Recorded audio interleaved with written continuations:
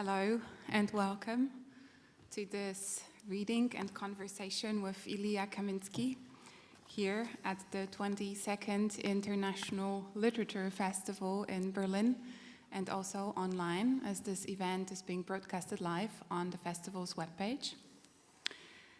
Warm welcome to you, Ilya. It's wonderful to have you here. Thank you. Welcome also to Oya Ataman, who is a sign language interpreter and an Americanist, and he will provide us with sign language interpretation into the German sign language today. Welcome also to Jan Zell, who is a deaf performer and who will be performing Ilya's poems today for us. The selected poems were translated from the English original by Oya and Jan into German Sign Language. I'm Karolina Golimowska, and my legs are clearly too long for this table. I'm not sure, can you hear me? Yeah, okay. I'm very sorry about this. Do we have technical problems now? It's great to be here, and I'm very happy to have the opportunity to host this event.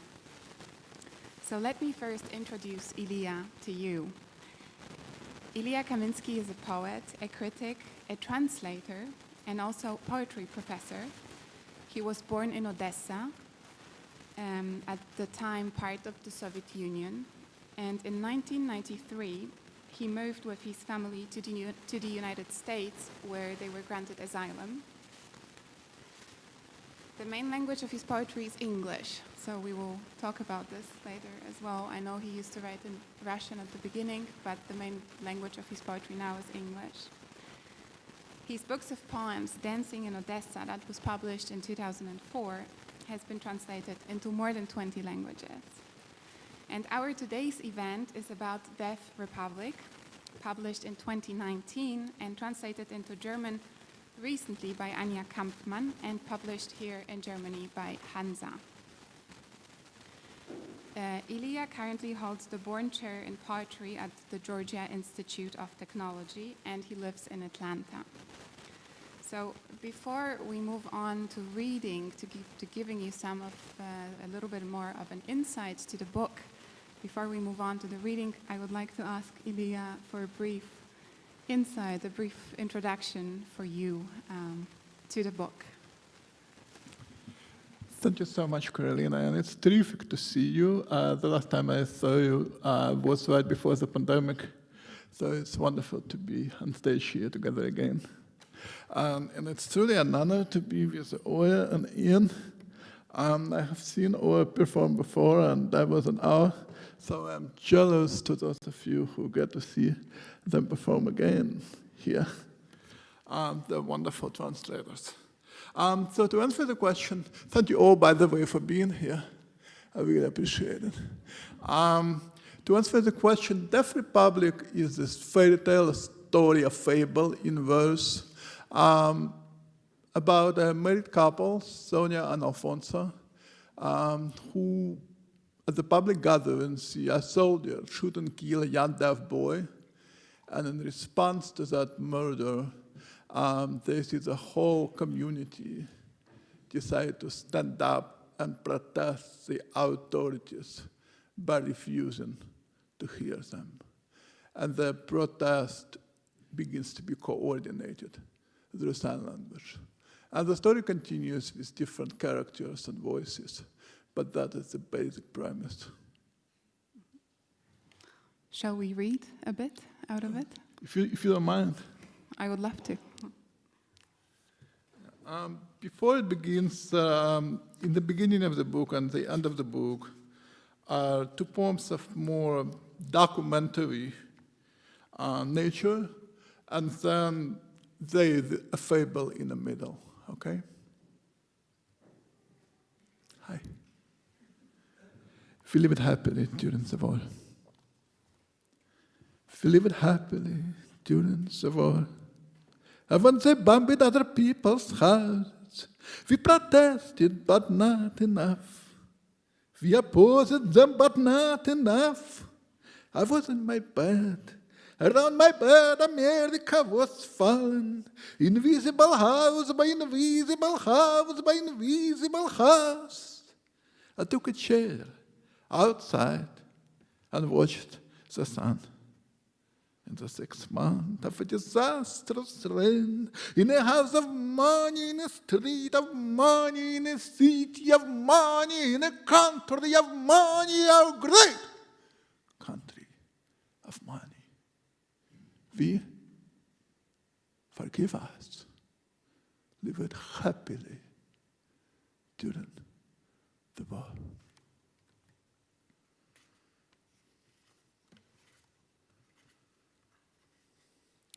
And so we begin on page 3 of the Republic. A soldier's march, Alfonso covers the boy's face with a newspaper. For them people, most of us strangers, watched on a nearby Petya shot in the middle of the street. She picks up his spectacles, shining like the coins, balances them on his nose. Observes this moment, how it convulses. Snow falls and the dogs run into the streets like medics fought in Ava's watch. Then he kisses his forehead, her shot a hole torn in the sky. It shimmers the park benches, porch lights we see. In Sonia's open mouth, the nakedness of the whole nation.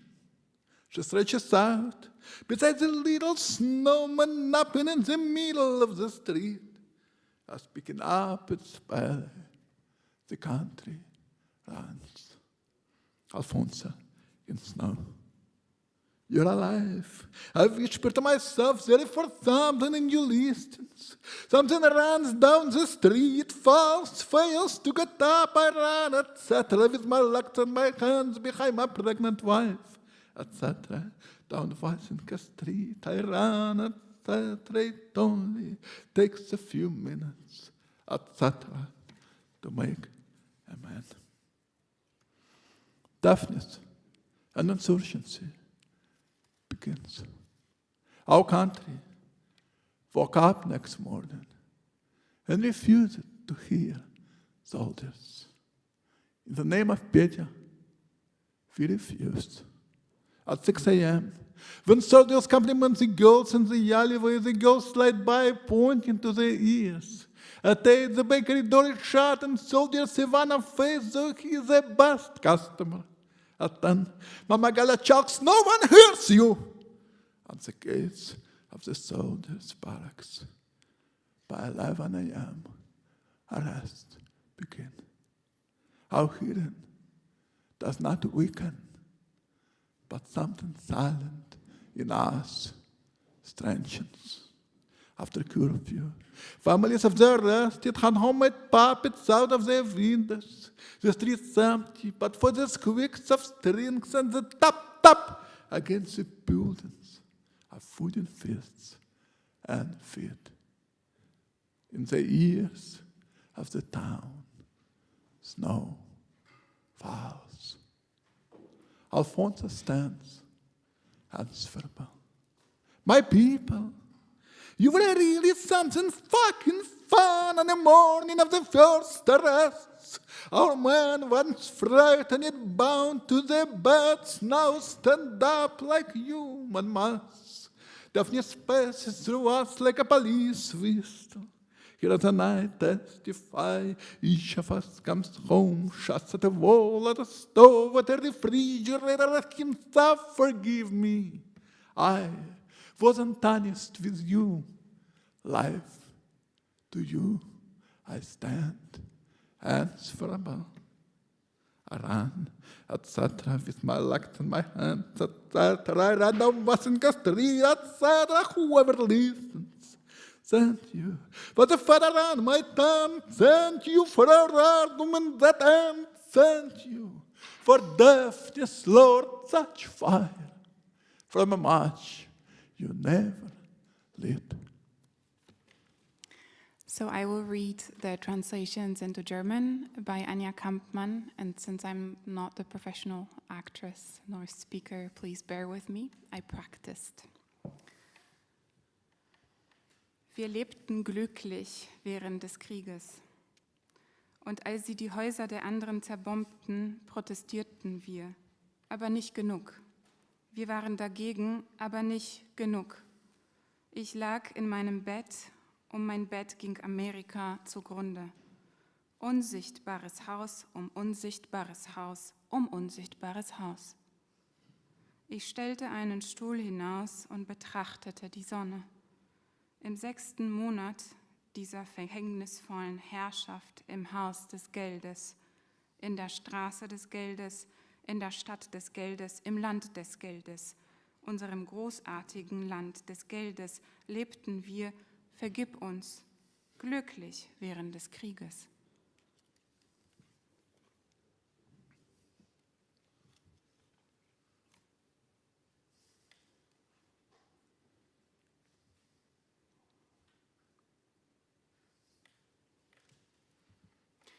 Beim Abmarsch der Soldaten bedeckt Alfonso das Gesicht des Jungen mit einer Zeitung. 14 Leute, die meisten von uns Fremde, sehen zu Sonja, die vor Petja kniet, mitten auf der Straße erschossen. Sie hebt seine Brille auf, die Brillengläser glänzen wie 2 Münzen, schiebt sie ihm vorsichtig auf die Nase. Betrachte diesen Moment, wie er sich krümmt. Schnee fällt und die Hunde laufen durch die Straße wie Sanitäter. 14 von uns sehen zu. Sonja küsst seine Stirn, ihr Schrei ein Loch in den Himmel gerissen. Lässt es die Parkbänke und die Verandalichter flirren. Wir sehen in Sonjas offenem Mund die Nacktheit einer ganzen Nation. Sie streckt sich neben den kleinen Schneemann, der ein Nickerchen hält, mitten auf der Straße. Das Land macht sich davon, als hielte es seinen schwabbelnden Bauch. Alfonso im Schnee. Du lebst, flüsterte ich zu mir. Etwas in dir kann noch hören. Etwas rennt die Straße hinunter, stürzt, kommt nicht wieder hoch. Ich renne etc. mit meinen Beinen und Händen hinter meiner schwangeren Frau etc. die Vasenka Straße entlang. Ich renne. Es braucht nur ein paar Minuten etc. und man wird zum Mann.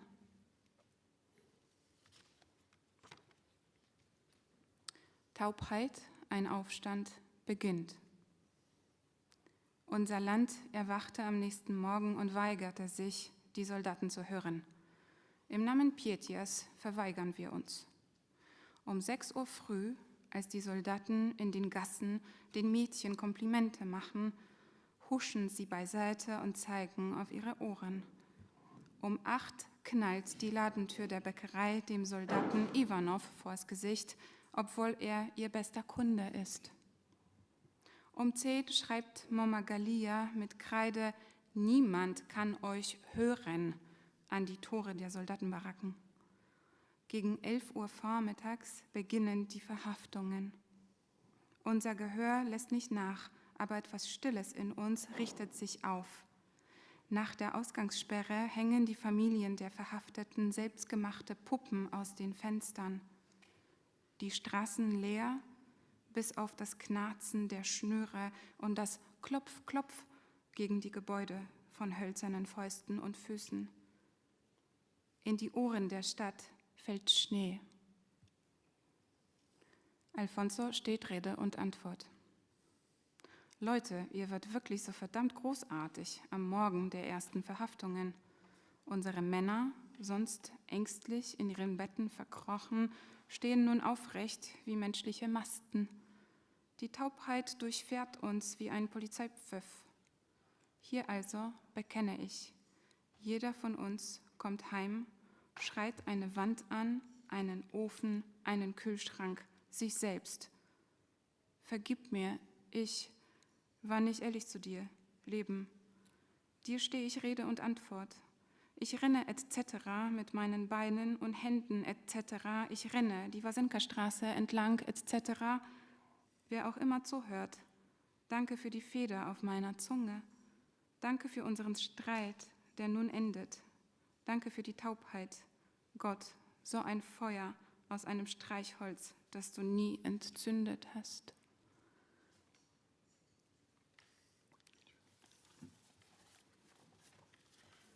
So as the story continues, the violence expands, but in the middle of this country of violence, people still live, they make children, they fall in love. This is what the next few pages are going to be about.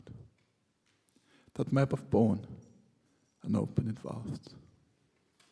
I watched the sergeant aim, the deaf boy take iron and fire in his mouth, his face and the asphalt, that map of bone, and open it fast. It is the air, something in the air wants us too much. The earth is still. The tower guards eat cucumber sandwiches. His first day, soldiers examine the years of bartenders, accountants, soldiers. The wicked Zinsalians dust to soldiers that got a survive from her bed like a door of a bus. Observe this moment, how it convulses. The body of the boy lies on the asphalt like a paperclip. The body of the boy lies on the asphalt like the body of a boy. I touch the walls, feel the pulse of the house, and I stay of wordless and do not know why I am alive. We tiptoe the city, Sonia and I, between zithers and gardens and wrought iron gates. Be courageous, we say, but no one is courageous. As a sound we do not hear lifts the birds of the water. Before the war, we made a child. I kissed a woman whose freckles are those of neighbors. She had a mole on her shoulder, which she displayed like a medal for bravery. Her trembling lips might come to bed. Her hair, for the fallen in the middle of the conversation, might come to bed. I walked in my barber shop of Zod, yes, I see with her off to bed on the chair of my hairy arms, but parted lips, man bite my parted lips, lying under the cool sheets, Sonia, the things we did. Soldiers aim at us. Soldiers aim at us. They fire, and the crowd of women flees inside the nostrils of searchlights. My God, have a photograph of this. In the piazza's bright air, soldiers drag Petya body up the stairs. And his head on the stairs, I feel through my wife's shirt the shape of our child. So die drag Petya up the stairs, and homeless dogs, innocent philosophers, understand everything. Embark, embark, I now on a bridge with no camouflage of speech, a body wrapping the body of my pregnant wife tonight. We don't die, and don't die. The earth is still a helicopter, I boss my wife on earth. A man cannot flip a finger at the sky, because each man is already a finger flipped at the sky.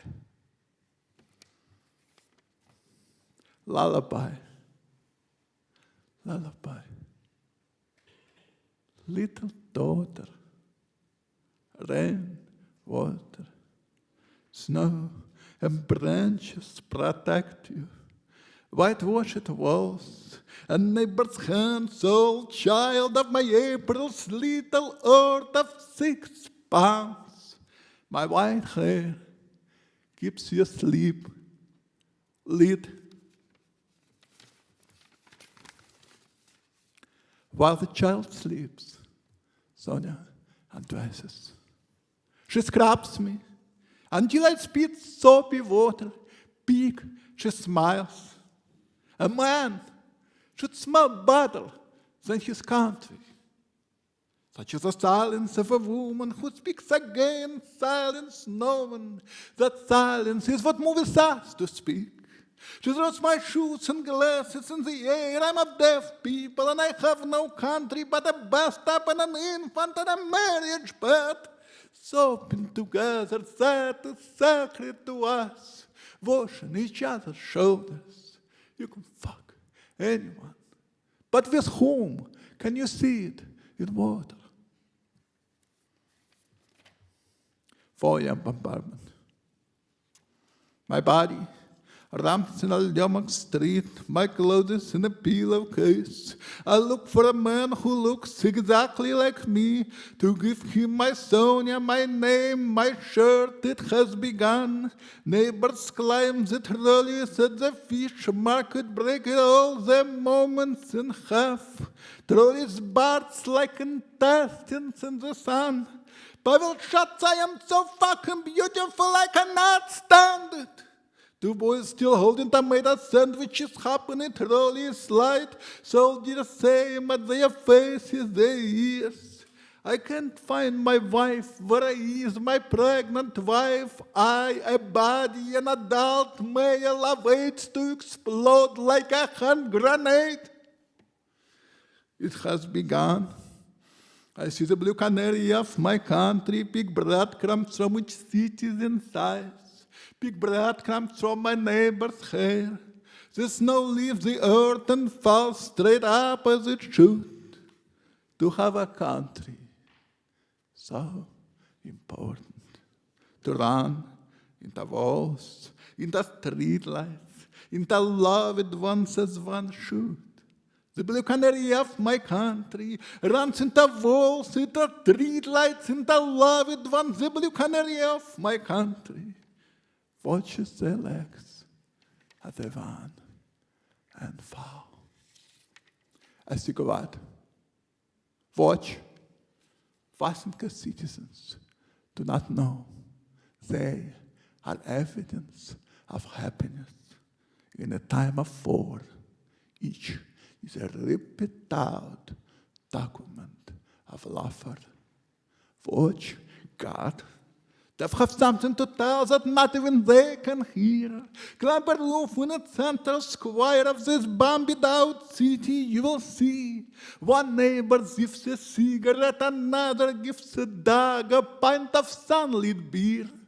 You will find me, God, like a damn pigeon's beak, I am packing every which way at astonishment. Diese Karte aus Knochen und offenen Adern. Ich sah, wie der Offizier zielte, wie der taube Junge Eisen und Feuer schluckte mit seinem Mund, sein Gesicht auf dem Asphalt. Diese Karte aus Knochen und offenen Adern. Es ist die Luft. Etwas in der Luft verlangt zu viel von uns. Die Welt ist still. Die Wachen am Turm essen Gurkenbrote. An diesem ersten Tag untersuchen Soldaten die Ohren von Kneipenwirten, Buchhaltern, Soldaten, der üble Dreck, den die Stille mit den Soldaten anrichtet. Sie reißen Goras Frau vom Bett wie eine Tür von einem Bus. Betrachte diesen Moment, wie er sich krümmt. Der Körper des Jungen liegt auf dem Asphalt wie eine Büroklammer. Der Körper des Jungen liegt auf dem Asphalt wie der Körper eines Jungen. Ich berühre die Wände, fühle den Puls des Hauses und ich starre sprachlos hinauf und weiß nicht, weshalb ich noch lebe. Wir schleichen durch die Stadt, Sonja und ich, zwischen Theatern und Gärten und schmiedeeisernen Toren. Seid mutig, sagen wir. Doch niemand ist mutig, als ein Geräusch, das wir nicht hören, die Vögel vom Wasser aufschreckt.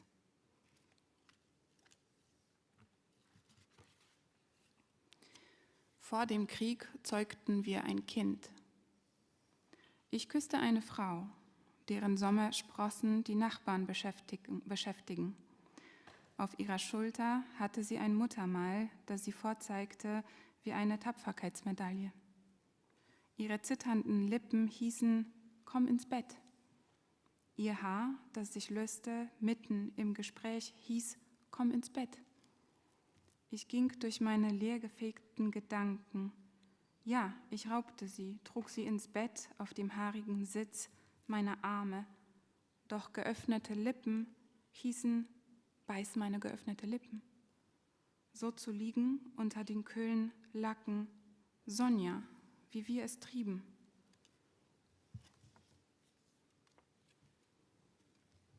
Soldaten zielen auf uns. Sie schießen, während eine Gruppe von Frauen flieht in den geblähten Nüstern der Suchscheinwerfer. Möge Gott ein Foto davon haben. Durch die klare Luft der Piazza schleifen die Soldaten Pietias Körper und sein Kopf schlägt gegen die Stufen. Ich spüre durch die Bluse meiner Frau den Umriss von unserem Kind. Soldaten ziehen Pietia die Stufen hinauf und streunende Hunde, dürr wie Philosophen, verstehen alles und bellen und bellen. Ich jetzt auf der Brücke, ohne die Tarnung irgendeiner Rede, ein Körper, der den Körper meiner schwangeren Frau umschlingt. Heute Nacht müssen wir nicht sterben und sterben nicht. Die Welt ist still. Ein Helikopter starrt meine Frau an. Auf Erden kann kein Mann nicht mal mit dem Finger in den Himmel zeigen, denn jeder Mann ist bereits solch ein Finger ausgestreckt in den Himmel.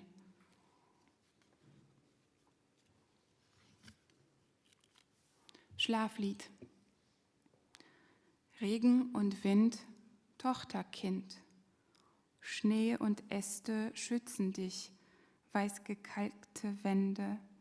Und die Hände unserer Nachbarn alle, och, mein Kind aus dem April. Kleine Welt von nur 6 Pfund, mein weißes Haar erleuchtet deinen Schlaf.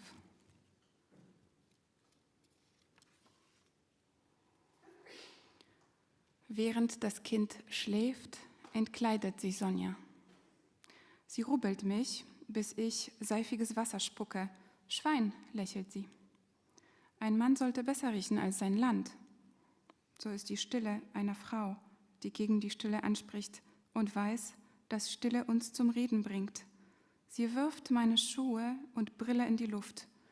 Ich stamme ab von den tauben Menschen und ich habe kein Land, aber eine Badewanne und ein Kind und ein Ehebett. Uns einzuseifen ist uns heilig, einander die Schultern zu waschen. Vögeln kann man jeden, aber mit wem kann man schon zusammen im Wasser sitzen?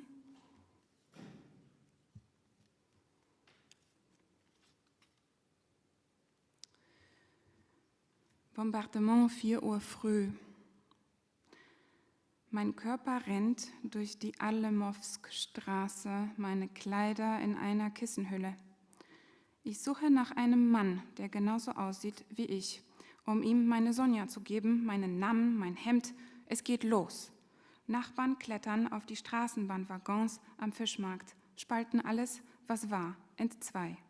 Waggons zerplatzen in der Sonne wie Gedärm. Pavel kreischt. Ich bin so verdammt schön, ich halt's nicht aus. 2 Jungs, die Tomatenbrote noch in den Händen, springen ins Licht der Straßenbahn. Soldaten zielen auf ihre Gesichter, ihre Ohren. Ich kann meine Frau nicht finden. Wo ist meine schwangere Frau? Ich, ein Körper, erwachsener Mann, Haare darauf zu explodieren wie eine Handgranate. Es geht los. Ich sehe, wie der blaue Kanarienvogel meines Landes Brotkrümel pickt von den Lidern der Bürger, Brotkrümel pickt vom Haar meines Nachbarn. Der Schnee verlässt die Erde und fällt geradewegs nach oben, wie es sich gehört. Ein Land zu haben, so wichtig. Gegen Mauern, Straßenlaternen, seine Liebsten zu rennen, wie es sich gehört. Der blaue Kanarienvogel meines Landes rennt gegen Mauern, Straßenlaternen, gegen seine Liebsten. Der blaue Kanarienvogel meines Landes betrachtet ihre Beine, während sie rennen und fallen. Eine Zigarette. Sieh doch, Vasenkas Einwohner wissen nicht, dass sie Glücksbeweise sind. In Zeiten des Krieges ist jeder von ihnen ein herausgerissenes Dokument des Gelächters. Sieh nur, Gott, Taube haben etwas zu sagen, was nicht einmal sie selbst hören können. Steig auf dein Dach über dem Marktplatz dieser bombardierten Stadt. Du wirst sehen, ein Nachbar klaut eine Zigarette, ein anderer gibt einem Hund ein Glas sonnenhelles Bier. Du wirst mich finden, Gott. Wie ein stumpfer Taubenschnabel picke ich in jeder Richtung am Erstaunen. Thank you.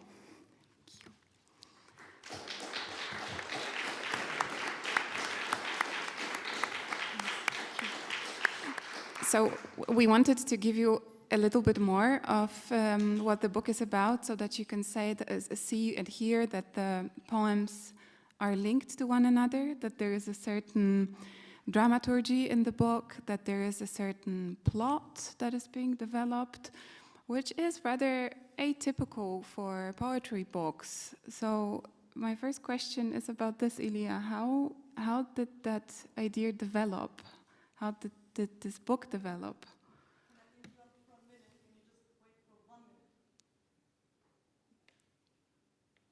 The book is still developing.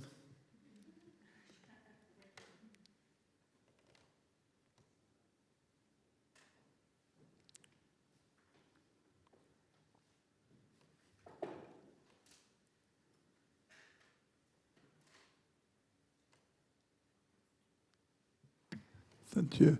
These guys are really magical. They don't just interpret or translate, they really make an art out of it. Truly, thank you. And thank you for this wonderful question, and for all the work you're doing and trying to bring it all in the voice in German. I wish I could know German to actually understand, but I really appreciate it. Thank you. I guess I really wonder why and at which point we begin to divide uttering, human uttering, into the department of stories and department of verse, and at which point do our literature textbooks decide that, all of us came out of a blind man's mouth and Greek and archipelago into a story about war, right? I mean, for every story about war, there are also lullabies that mothers sang to their children when these children were born, and also wailing songs that mother also sang when they put their children into the hole in the earth after the war. And these songs are not apart from the stories. They coexist. It is us and our textbooks that decide to put them apart. I wonder if it is necessary to do that, because we're missing so much, to my mind. I guess I grew up in Eastern Europe, and is Shalom Aleichem an epic poet, or is he a novelist? My grandmother knew pages of him by heart. Does it make him a poet? I think so. Why not? I think Bible was published, it was permitted in USSR, but in very tiny little editions. And so nobody really had copies, or very few people had copies. And people would gather on my dad's balcony and drink and recite these fairly short stories by Bible by heart. So when I grew up, that was a part of what poetry recitation was. And I don't really try to separate them. And, it would be foolish of me to just mention Eastern Europe. What about Virginia Woolf? Waves by Virginia Woolf, is it a poem or is it a novel? Or we were just speaking about the great Bruna Schulz. Mm-hmm. Is he a poet or is he a fiction writer? Or does it matter? Or if you want to talk about theater, since we are in Berlin, it would be foolish of me not to mention Brecht. In Is Mother Courage a poem? Or is it a play, or is it something that brings the two together to set something to life despite Brecht's own limitations that he tried to impose on it? He tried to impose a dogma on it, but the poetry breaks through, which is why we are still reading it. Mm-hmm. Thank you so much. Since you mentioned the Eastern European elements, and also in your past, and I was wondering, this is a question I actually wanted to ask you from the very beginning, like, when did Russian stop being the language of your poetry, and what is your relation to the language, the Russian, I mean? Why, talking about these topics, you choose English? Thank you for this question. I'm afraid my answer is not going to have anything to do with literature. It's personal.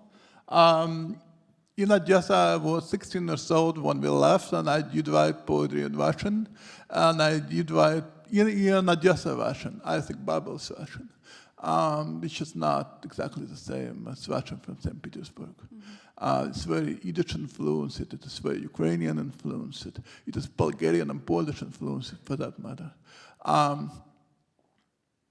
But having said that, I did write in that language when we first came to Rochester, New York.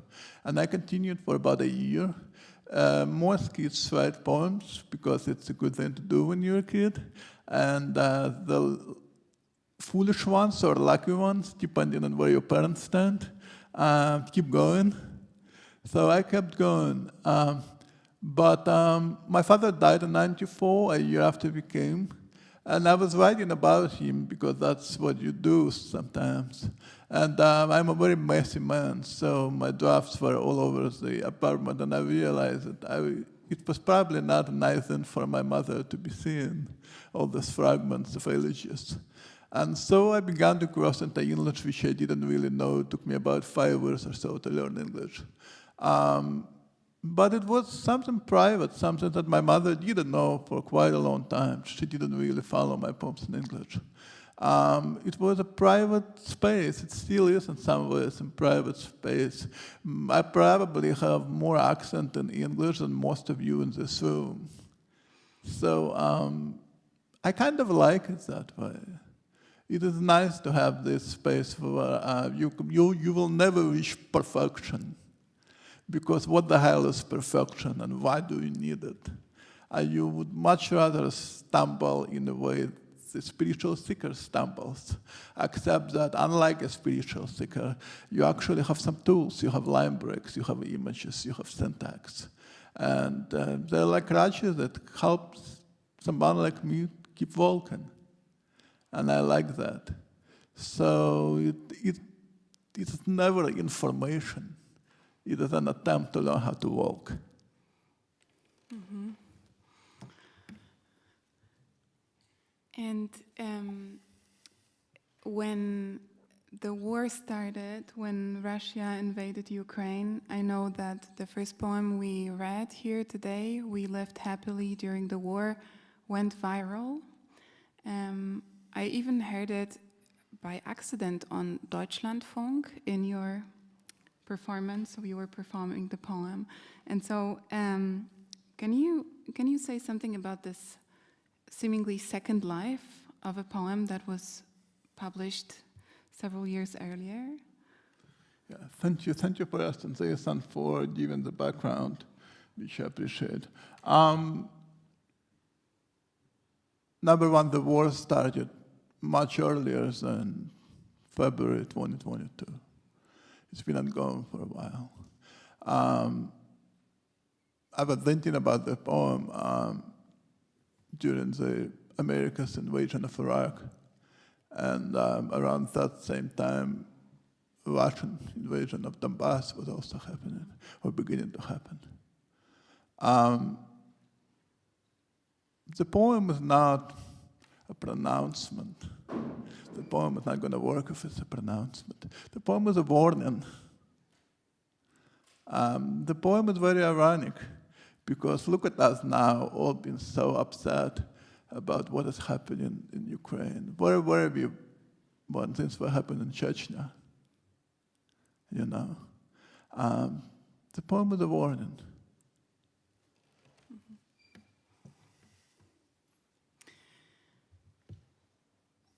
You were also in recent months translating Ukrainian poets into English, and I read some of this poetry, and it's very much related to language being abused in a time of war. And I was wondering, is that at all translatable? And what are the challenges when you translate poems that are very much rooted in a given language and in a given time? I know you translated Leszek Panasiuk together with Katie Farris, and that's where there are poems of his when you read about letters that land in a hospital and have to be healed. Can you say more about that translation work during the war? Thank you. You said an interesting thing. You said poem is the language is abused in a time of war, and of course it is. But how do we decide when there is a time of war and when there is a time of peace? What is a time of peace? Is the language abused in a time of peace?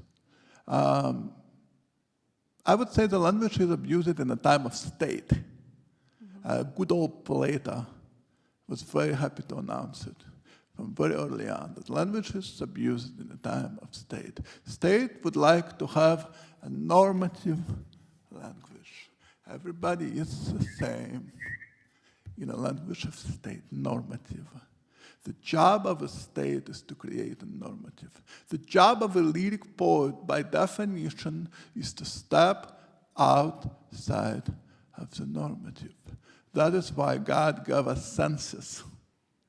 Poets have senses. I repeat myself in a previous conversation, I quoted Lorca. It's a lovely quote that I live by, so I have to say it again. A poet is a professor of 5 senses, Lorca said. So poet, by definition, want to step out of the normative. What is normative? Normative is a phrase like a collateral damage that a general will say on TV when the wedding is bombed. The poet is going to say the wedding is bombed, 74 people died, and show you an image of what happened. So that is the basic base of what happens to language in a time of state. Now, moving to your actual question, what happens in a time of war and how and why we translate. I left Ukraine, I left the city of Odessa when I was 16. I tend to come back every summer, every other summer to Odessa, so quite often. So made friends, obviously, friends with other poets. My uncle lives in Odessa. His block was bombed, literally. The cemetery where my grandmother was buried was bombed in Odessa. And Odessa is a very lucky city compared to quite a few other cities in Ukraine. Okay. So how does one respond? What can one do? The first response, far before the translation of poetry, is fundraising. Basic fundraising, please give money, please support people who need food, who need shelter. That is far more important, I think. But because I do have friends, and it will give them a smile and a little bit of good mood, knowing that the poem is published in Paris Review or The Nation in the United States, I try to give them that good mood and translate their poems. I translated before, say, poets like Boris and Lyudmila Kherssonsky, and I continue doing that now with poets you mentioned it, like Leszek Panasiuk. Leszek is from Bucha. He left Bucha when the war began. He came back just recently. What he found, in addition to the devastation that people already probably saw on TV, he's found that in little shoes of the children of his neighbors, there were bomb devices inside the shoes. So somebody put them there hoping that the child will pick up that shoe. He also found, and Bucha is an upscale neighborhood, so they have a little more resources to check for it. Not everybody has those resources. So in Bucha they found there was a level of radiation in the houses. Why was it there? Because the soldiers who came to Bucha first went to Chernobyl. And so those young boys from provincial Russia who were sent to murder other people were involved in literally spreading radiation. They didn't know what Chernobyl was. They didn't know what's evacuated.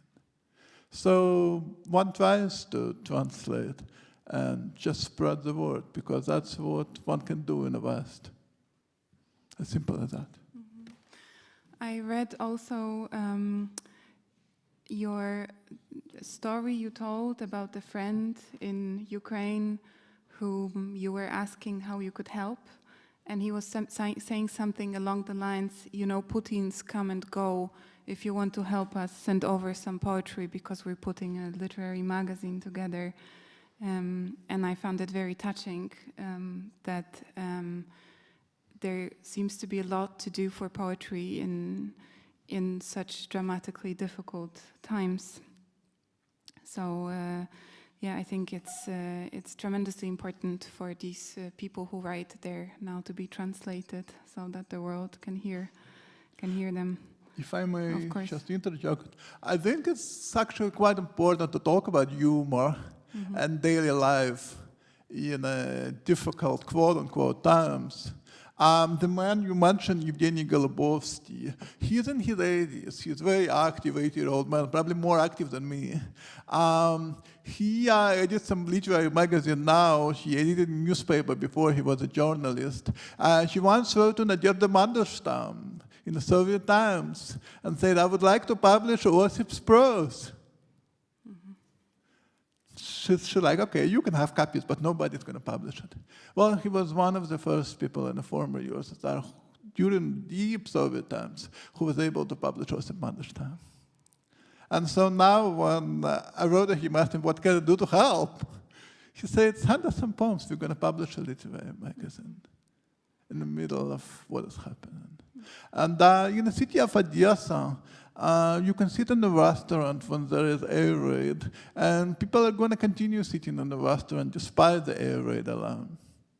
Okay. When I asked my uncle why doesn't he want to come with me to Atlanta, he said, your aunt has been teaching music in Odessa for 40 years. The half of the city are her students, and you want me to leave? So yeah, there is a lot of love of life. I know that you've been helping people from Ukraine in the last months, also trying to arrange scholarships for them in the United States or other grant possibilities to come and stay. Did many people actually come and took the opportunities, or did the majority want to stay, similarly to your aunt? I'm really deaf, so I'm looking at her actually written questions. But now I messed it all up, and I'm not sure how to.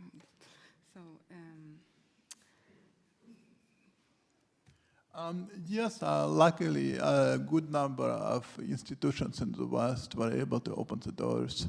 What you might be surprised by is how few Ukrainian poets were actually willing to leave the country. Many decided to stay. Many said, I'll come for a few months and then I want to go back home.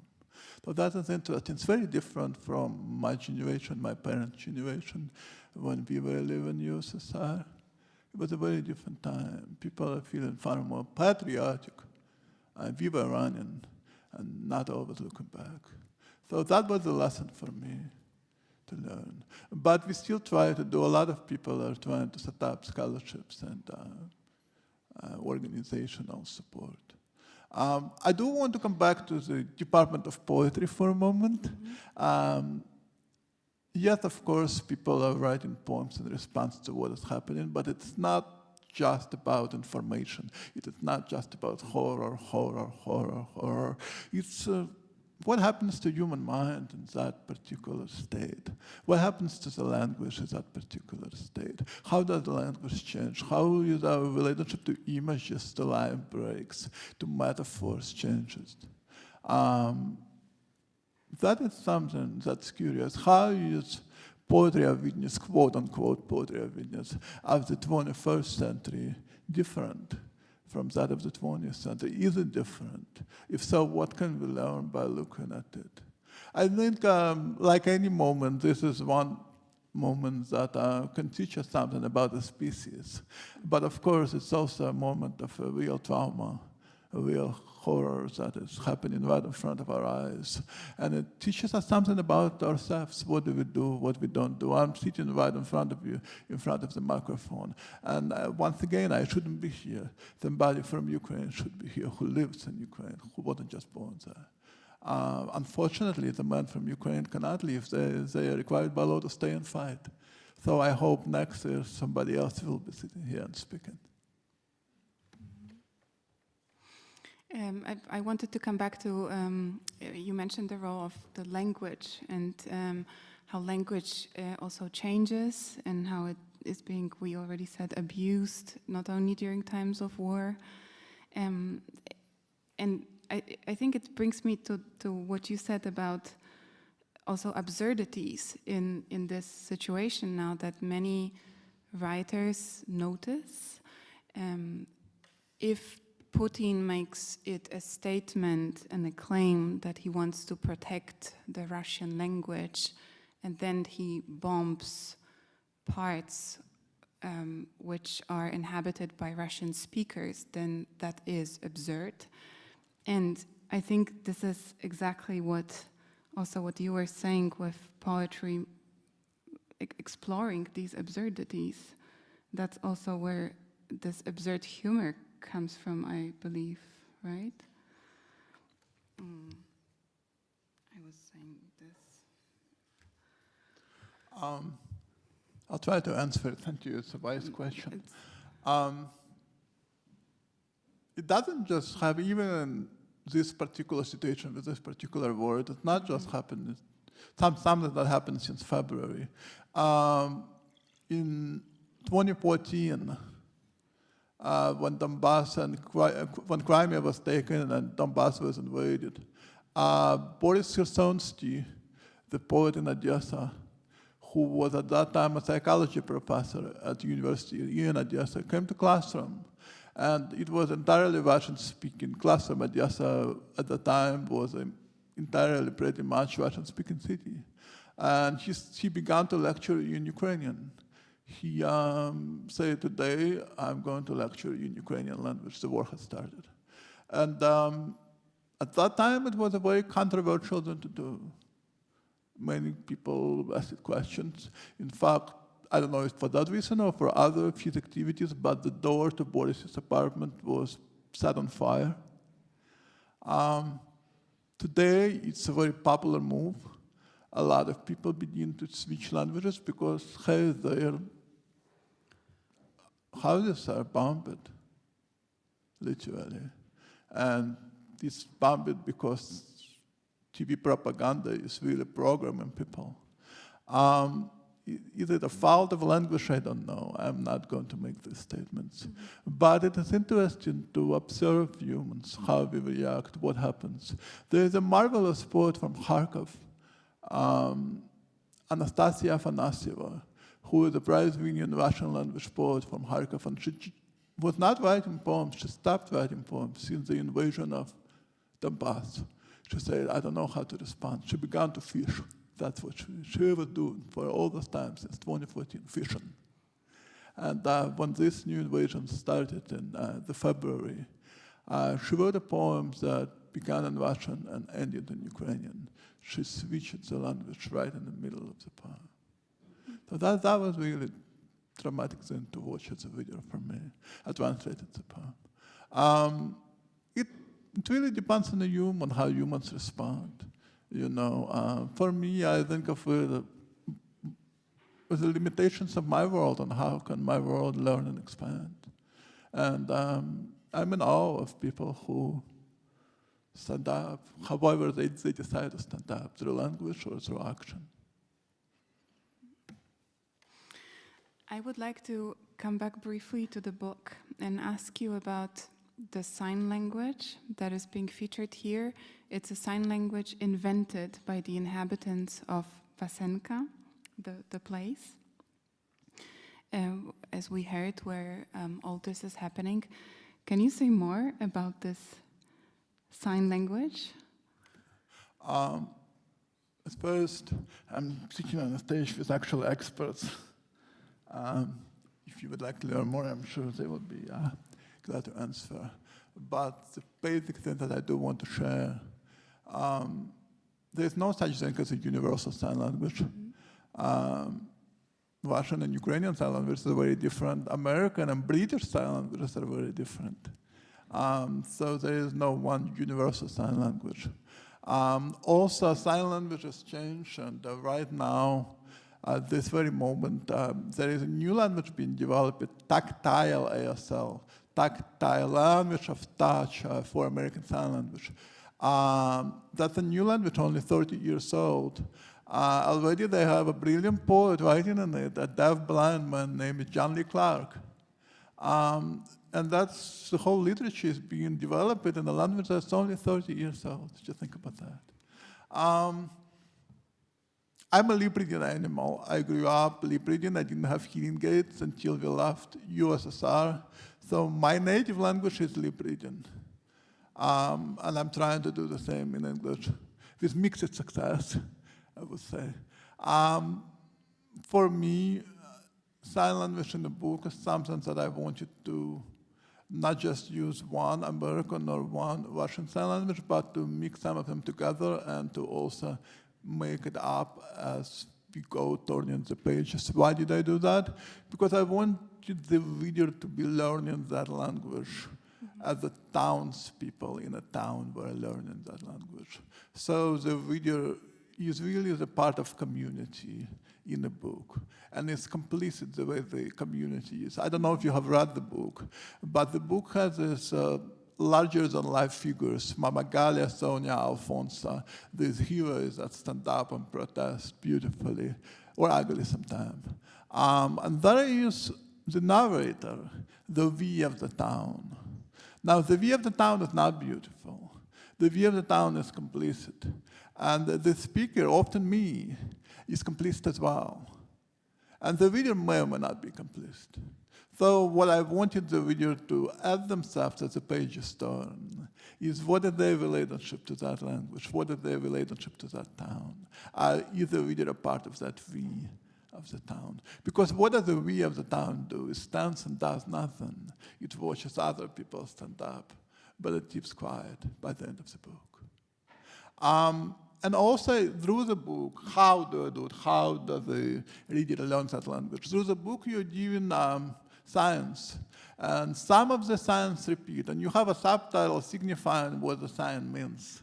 But by the final page of the book is a little poem in signs with no subtitles. The reader already knows what the signs mean. So by the end of the book, whether you like it or not, if you have read the book, you learn some of those signs. So you are becoming a part of that community of the book. Hopefully. Thank you for this wonderful answer. We have prepared 4 more poems, and we have a couple of more minutes. So why don't we finish with these poems? Because we don't have the... Maybe it's just open for questions. Because you don't want to... because we don't have the projection of the... Maybe these are the last 4 poems. Maybe it would be possible, and we would read them in English only this time. I don't know, could I get a sign of whether this is possible or not? There are questions I can see from the audience. Okay, then let's do that. We take a couple of questions from the audience then. Questions, complaints, declarations, absolutions. I thought there was a gentleman here at the front who wanted to ask something.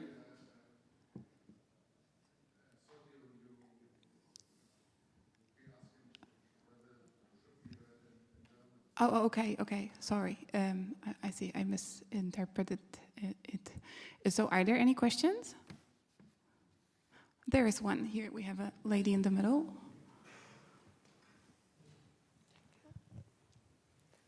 Hi. Oh, thank you for being here. I have a question that I don't really know how to phrase, but I'm gonna try. Do you ever feel like people focus too much on the political side of your poetry, and that they focus too much on what you write instead of how you write?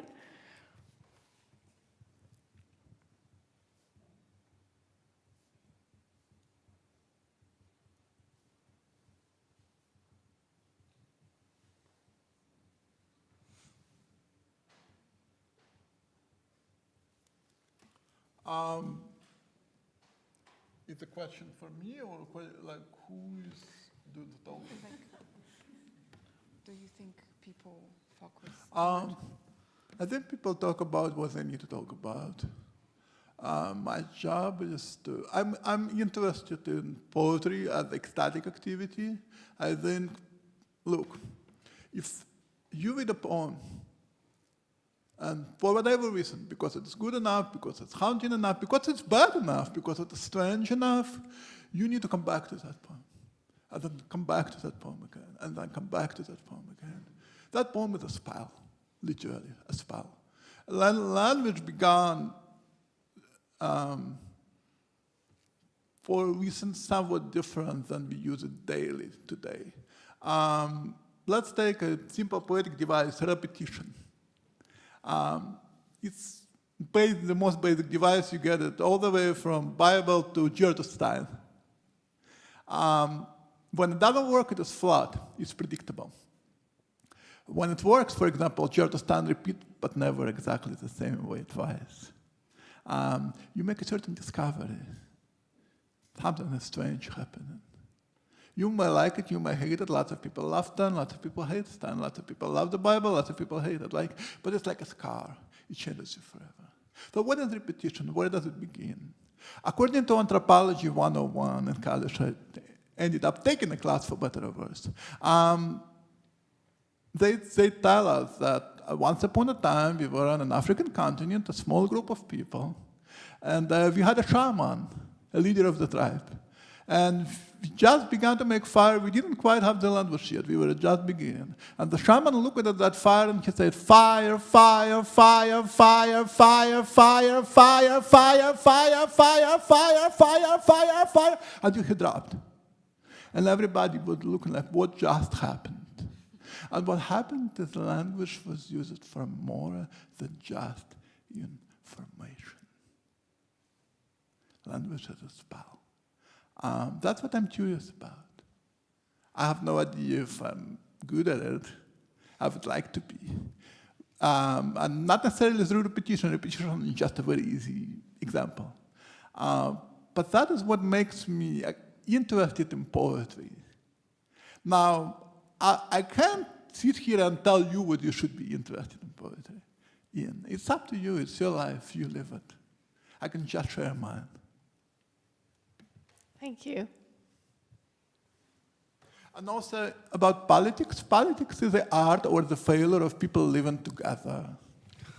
So we shouldn't be avoiding it. Politics is who we are. If we avoid it, then people like Donald Trump come and take advantage of our avoidance of it. Thank you so much, Ilya Kaminsky, for opening your poetic world to us, for being here. Thank you, dear audience, for your kind attention. Thank you, Oya Ataman and Jan Zell. There is a bookstall in the main hall in the building, brought to us by the festival's partners, bookshop Dussmann, das Kulturkaufhaus. So have a look if you're interested. Ilya's book is also there. And if you're interested in getting a signature of Ilya, I'm sure he'll be happy to sign books. Enjoy your evening. Hope to see you soon. Thank you so much.